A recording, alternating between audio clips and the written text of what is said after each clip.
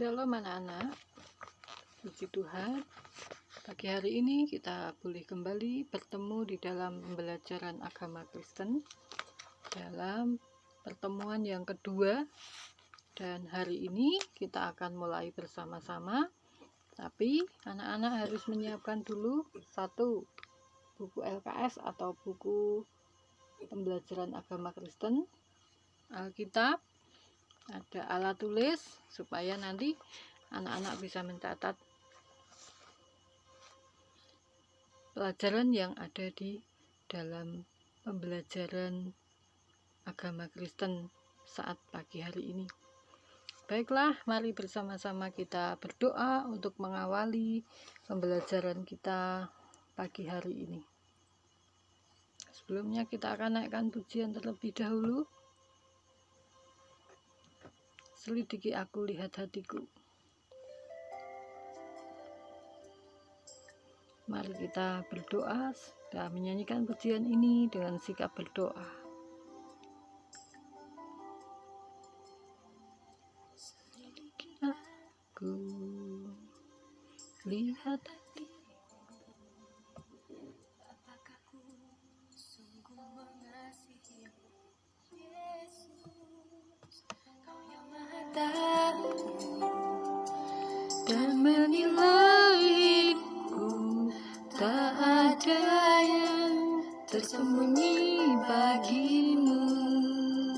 Selidiki aku, lihat hatiku, apakah ku sungguh mengasihimu, Yesus? Kau yang Maha Tahu dan menilai hidupku, tak ada yang tersembunyi bagimu. Telah kulihat kebaikanmu yang tak pernah habis di hidupku. Ku berjuang sampai akhirnya kau dapati aku tetap setia.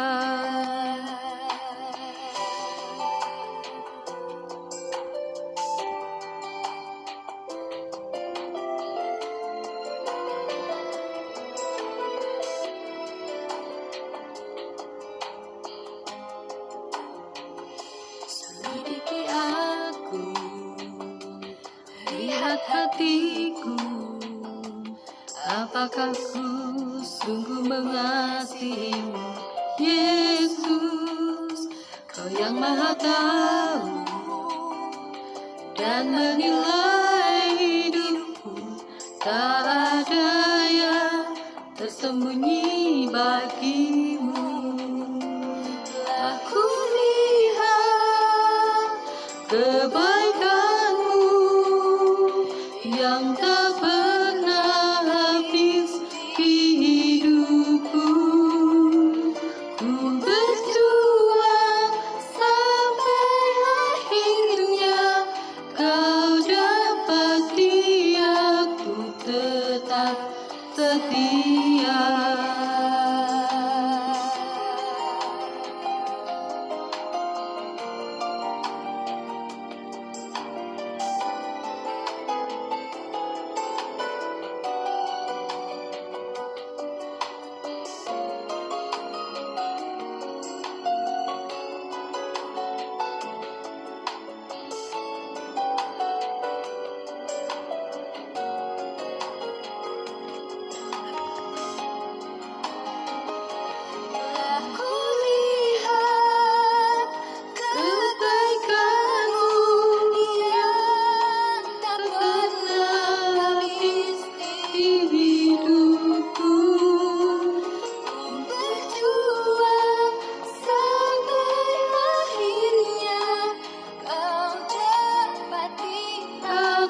Tetap setia.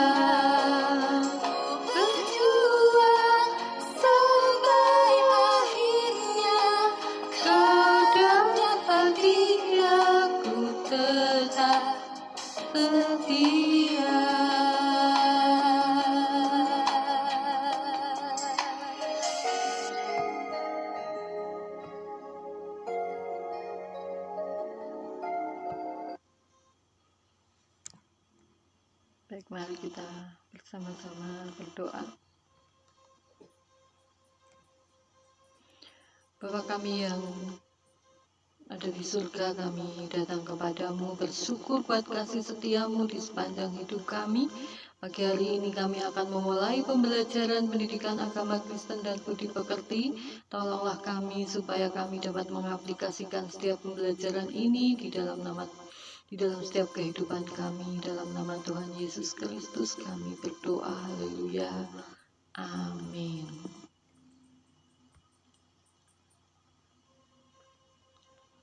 Oke, baik anak-anak, hari ini kita akan mulai masuk di dalam pembelajaran yang kedua, yaitu tentang dampak dosa yang tertulis dalam Kejadian pasal 4, Matius pasal 5 ayat 21 sampai 22 dan Yohanes 1 ayat 7 sampai 9. Ya. Sebelumnya, Bu Guru akan memberitahukan kepada anak-anak tentang kompetensi dasar yang akan kita capai dari pembelajaran ini. Yang pertama, atau kita kompetensi dasar masih sama dengan yang kemarin, yaitu kompetensi dasar yang pertama 3.1 menjelaskan bahwa manusia berdosa sehingga perlu bertobat. Adapun tujuan pembelajaran yang akan kita capai pada pembelajaran ini, yang pertama adalah memahami dan menyebutkan dampak dosa. Jadi anak-anak setelah selesai pembelajaran ini diharapkan anak-anak mampu memahami dan menyebutkan dampak dosa. Yang kedua, menyatakan tekad untuk tidak berbuat dosa lagi dengan menyanyikan lagu rohani dan mencatat pesan-pesan yang terdapat dalam lagu tersebut. Nah, sebelum kita masuk lebih lanjut di dalam pembelajaran hari ini, kita akan mengerjakan pretest atau ada pertanyaan yang harus kalian jawab. Yang pertama adalah jelaskan penyebab Kain jatuh dalam dosa. Apakah anak-anak pernah mendengarkan cerita tentang Kain dan Habil? Cerita tentang anak-anak Adam dan Hawa yang akhirnya Kain membunuh Habil. Kenapa? Ya, penyebabnya apa? Penyebabnya adalah karena Kain iri hati terhadap Habil. Nah, karena iri hati maka berdampak pembunuhan, ya, bisa mengakibatkan pembunuhan kakak yang membunuh adiknya.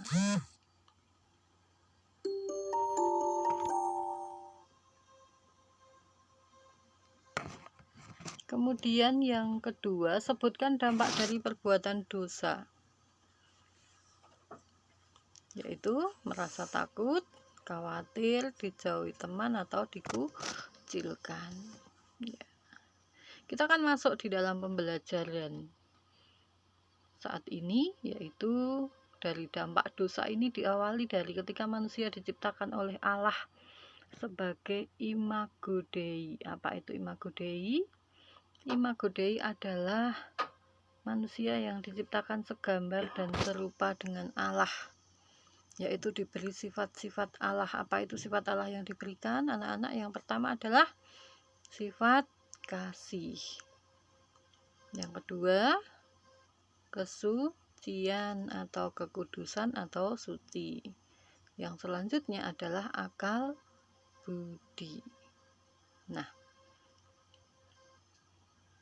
selanjutnya dari manusia yang diciptakan dengan diberikan 3 sifat Allah tadi, kasih, kesucian, dan akal budi. Namun karena manusia sudah jatuh dalam dosa, maka sifat kesucian itu hilang. Tetapi kasih dan akal budi manusia masih tetap ada. Tetapi kekudusan manusia hilang, rusak karena manusia sudah jatuh dalam dosa. Nah, kemudian dampak dosa. Dampak dosa itu ada 2, yaitu bagi dirinya sendiri. Apa saja contohnya? Bagi dirinya sendiri contohnya adalah merasa takut, merasa khawatir, dikucilkan teman, merasa malu, nah, dan lain sebagainya. Kemudian dampak dosa bagi orang lain, antara lain sakit hati, ya, karena dosa yang kita perbuat mengakibatkan orang lain merasa sakit hati. Kemudian permusuhan, mengakibatkan permusuhan dengan yang tadinya teman, saudara, itu bisa mengakibatkan permusuhan. Kemudian kekecewaan, kemudian ada lagi kesedihan, ya, dan lain sebagainya. Masih banyak lagi dampak dosa yang diakibatkan karena dosa-dosa yang kita perbuat tetapi orang lain yang merasakan.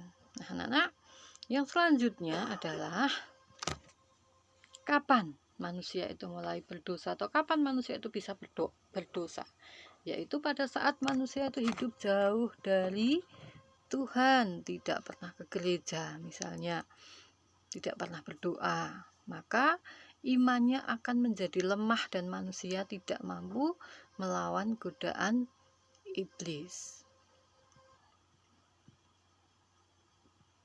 Nah, awal mula dosa. Dari mana awal mula dosa itu? Dari hal-hal kecil yang terjadi di dalam bibit-bibit kecil yang ada di dalam hati manusia, hati kita. Misalnya iri hati. Nah, maaf, salah, itu bukan isi hati tetapi iri hati.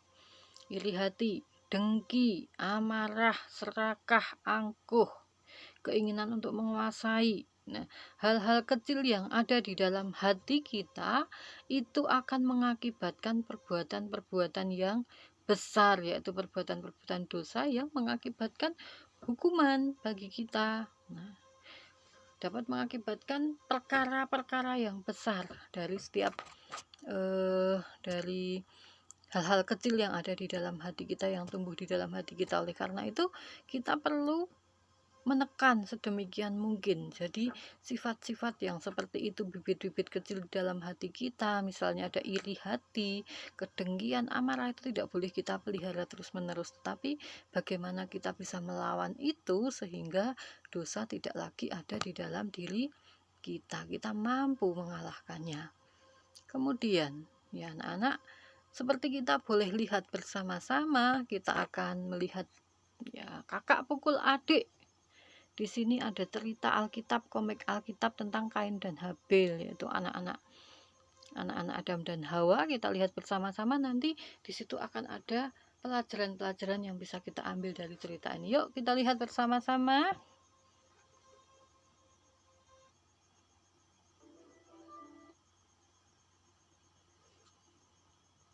Oke.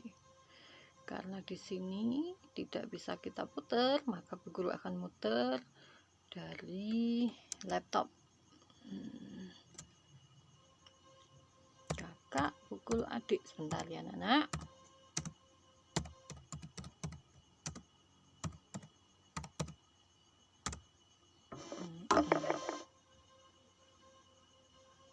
Kain dan Habel, sebentar ya, tunggu. Karena dari sini tidak bisa kita putar.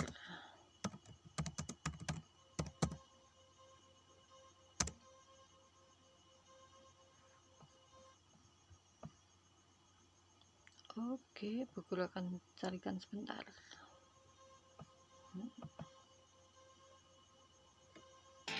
This is my power to express myself.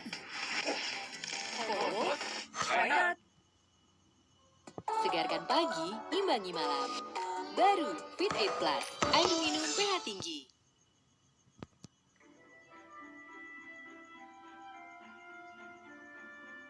Komik Alkitab Anak. Dengarkan. Kain dan Habel. Sumber dari Alkitab Perjanjian Lama. Kitab Kejadian pasal 4 ayat 1 sampai 16.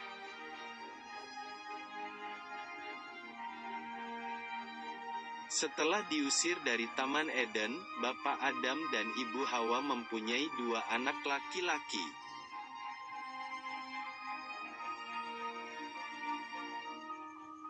Kain, kakaknya adalah seorang petani. Habel, adiknya adalah gembala kambing domba.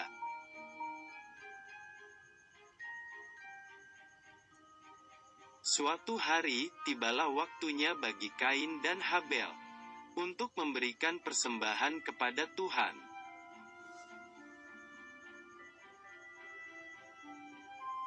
Lalu, Kain mempersembahkan sebagian hasil tanah itu kepada Tuhan.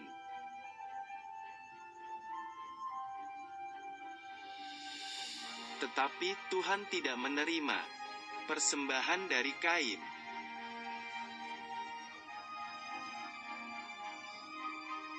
Dan Habel juga mempersembahkan daging lemak anak sulung kambing dombanya.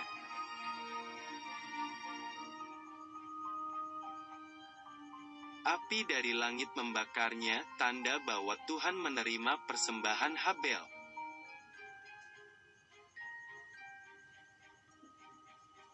Hati Kain menjadi sangat marah, dan wajahnya menjadi muram.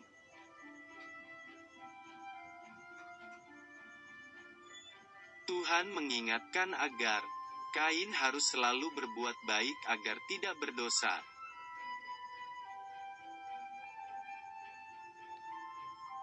Tapi, Kain mempunyai rencana yang jahat. Lalu Kain mengajak Habel pergi ke padang.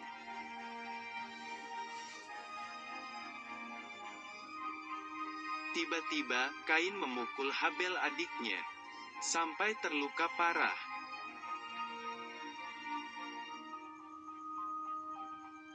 Tuhan mengetahui perbuatan jahat Kain, tetapi Kain tidak mau mengakuinya.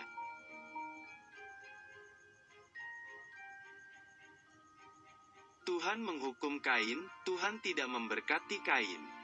Dan Kain menjadi seorang penggembara.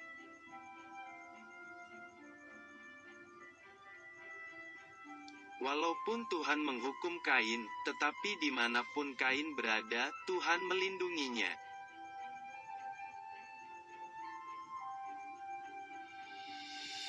Ayat hafalan. Tunjukkanlah jalanmu kepadaku, ya Tuhan. Kitab Mazmur pasal 27 ayat 11.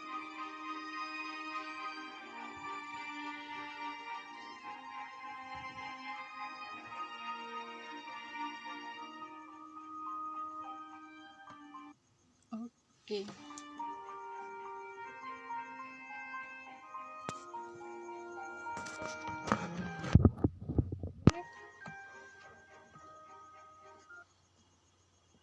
Ya. Itu tadi cerita tentang Kain dan Habel, yaitu anak-anak Adam dan Hawa yang akhirnya terjadi saling membunuh atau kakak membunuh adik. Kain membunuh Habel karena didasari oleh rasa iri hati. Iri hati kenapa? Karena persembahan Kain tidak diterima oleh Tuhan, tetapi persembahan Habel yang diterima. Maka Kain iri hati dan kemudian sampai membunuh Habel. Nah, anak-anak, Tuhan, walaupun Tuhan menghukum Kain dengan Kain menjadi pengembara, Kain tanah yang tidak menghasilkan bahan makanan, tetapi Tuhan tetap melindungi Kain supaya tidak dibunuh oleh siapapun. Nah, ini satu bukti bahwa Allah itu tetap mengasihi umatnya. Walaupun dia juga menghukum orang yang berdosa, menghukum orang yang bersalah, tetapi Tuhan tetap mengasihi. Nah, anak selanjutnya, dari pembelajaran Kain dan Habel di atas, kita dapat melihat ada 4 sifat Allah atau sifat-sifat Allah, yaitu yang pertama, Allah Maha Tahu. Sebelum Tuhan bertanya pada Kain tentang Habel, Kain di mana adikmu Habel, Tuhan sudah tahu bahwa Kainlah sebenarnya yang membunuh Habel. Tapi mengapa kok Allah tanya, padahal dia sudah tahu di manakah Habel yang sebenarnya dibunuh oleh Kain? Kenapa? Allah perlu kejujuran hati manusia, Allah perlu kejujuran hati kita. Kadang-kadang karena sudah tahu terus dibiarkan, maka kita tidak mau jujur. Nah, oleh karena itu Allah juga butuh kejujuran kita. Allah butuh Kain itu jujur. Apa? Habel aku bunuh, pengakuan. Ya, karena dosa yang sudah dibuatnya itu, Allah butuh kejujuran hati manusia, ketegaran hati manusia untuk mengakui di hadapan Tuhan bahwa ini loh Tuhan, saya sudah berbuat dosa, saya mohon pengampunan daripada Engkau. Nah, itu tanggung jawab, salah satu sifat tanggung jawab yang harus kita miliki. Kemudian anak-anak, yang kedua, Allah Maha Benar. Allah menerima Habil dan persembahannya, ya. Karena apa kok Allah menerima persembahan Habil sementara persembahan Kain tidak diterima? Karena Habil memberi dengan kesungguhan hati, dengan sungguh-sungguh, sementara Kain biasa saja memberikan persembahan, itu sudah rutinitas yang dia lakukan. Tetapi tidak demikian dengan Habil, bahwa Habil memberikan itu dengan sungguh-sungguh, dengan hati yang benar-benar, aku mau beri ini buat Tuhan. Jadi bukan hanya satu rutinitas ketika kita beribadah kepada Tuhan, ketika kita memuji Tuhan, ketika kita sembahyang di hadapan Tuhan, berdoa, itu bukan hanya rutinitas kita ke gereja setiap minggu, yang penting kita minggu ke gereja, kita nyanyi di gereja, kita sekolah minggu, bukan. Tetapi itu memang benar-benar kita mau memberikan hati kita, pikiran kita menyembah Tuhan, ya. Jadi jangan hanya asal rutinitas, kalau minggu ya ke gereja, kalau enggak nanti saya dimarahi. Nah, bukan seperti itu ya. Kemudian selanjutnya anak-anak, Allah Maha Suci, tadi sifat kesucian Allah, kekudusan Allah, namun yang diberikan kepada manusia sudah dirusak oleh karena dosa. Maka Tuhan menghukum Kain yang sudah berbuat dosa. Kemudian Allah sumber rahmat. Kenapa Tuhan menasehati Kain dan melindungi agar Kain tidak dibunuh oleh siapapun, sekalipun dosa dihukum tetapi juga dilindungi? Itu karena Allah adalah sumber rahmat, sumber kasih. Nah, anak, selanjutnya itu tadi pembelajaran kita hari ini. Kita dapat mengambil pelajaran bagi kita atau mengaplikasikan di dalam kehidupan kita. Kalau kita sudah belajar tentang dampak dosa, kita belajar tentang cerita Kain dan Habil, kita sudah belajar banyak hal tentang pelajaran-pelajaran yang bisa kita petik di dalam kehidupan kita, maka apa yang bisa menjadi pelajaran bagi kita melalui pembelajaran dampak dosa ini, anak-anak? Ya, yang pertama, tentunya kita tidak boleh melakukan perbuatan dosa karena Tuhan menganggap serius dengan dosa. Tuhan tidak pernah main-main dengan perbuatan dosa. Hukum dosa adalah maut. Ya, anak-anak ingat, hafal, dalam Roma pasal 6 ayat 23 dikatakan di situ, sebab upah dosa adalah maut, tetapi karunia Allah ialah hidup yang kekal di dalam Kristus Yesus Tuhan kita. Nah, maka kita tidak boleh menganggap enteng dosa. Yang kedua, tidak ada seorang pun yang dapat membersihkan dirinya dari dosanya sendiri. Kita sudah berbuat dosa, hukumannya adalah maut. Kita tidak bisa membersihkannya sendiri. Sebab apa? Manusia cenderung melakukan dosa, atau manusia cenderung berbuat dosa. Nah, namun siapa yang bisa menyucikan kita dari dosa? Yaitu Tuhan Yesus sendiri. Hanya Tuhan Yesus yang bisa menyucikan manusia dari dosa. Dengan cara apa coba? Dengan mati di kayu salib untuk menebus dosa manusia, karena Tuhan Yesus tidak berdosa. Nah, kemudian itu bentar. Ya, selanjutnya anak-anak, setelah kita boleh mengaplikasikan di dalam kehidupan kita, coba untuk ngetes ya, untuk Bu Guru mau tahu seberapa kalian memperhatikan pelajaran saat ini. Yang pertama, kalian jawab, jelaskan penyebab Kain jatuh dalam dosa. Apa coba? Yaitu karena Kain iri hati terhadap Habil. Yang kedua, sebutkan dampak dari perbuatan dosa bagi diri sendiri, misalnya takut, khawatir, dikucilkan. Bagi orang lain misalnya kesedihan, permusuhan, pembunuhan, dan lain-lain. Ya. Oke, mari anak-anakku semua, kita telah belajar bersama-sama dari dampak dosa pembelajaran 2 ini, dan kita sudah mengambil pelajaran atau inti pelajaran dari apa yang kita pelajari hari ini, dan kita juga harus bisa mengaplikasikan di dalam kehidupan kita. Oleh karena itu, mari anak-anak kita mengakhiri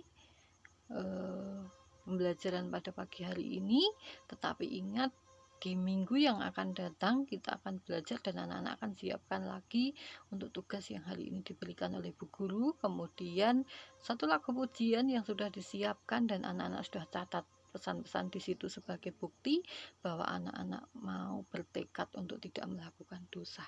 Baik, anak-anak, mari kita berdoa. Terima kasih Tuhan buat pertolongan-Mu di sepanjang pembelajaran pagi hari ini. Mampukanlah kami untuk selalu menolak setiap perbuatan dosa yang menggodai kami dan kuatkanlah kami untuk terus setia melakukan perintah-Mu. Dalam nama Tuhan Yesus kami berdoa. Haleluya. Amin.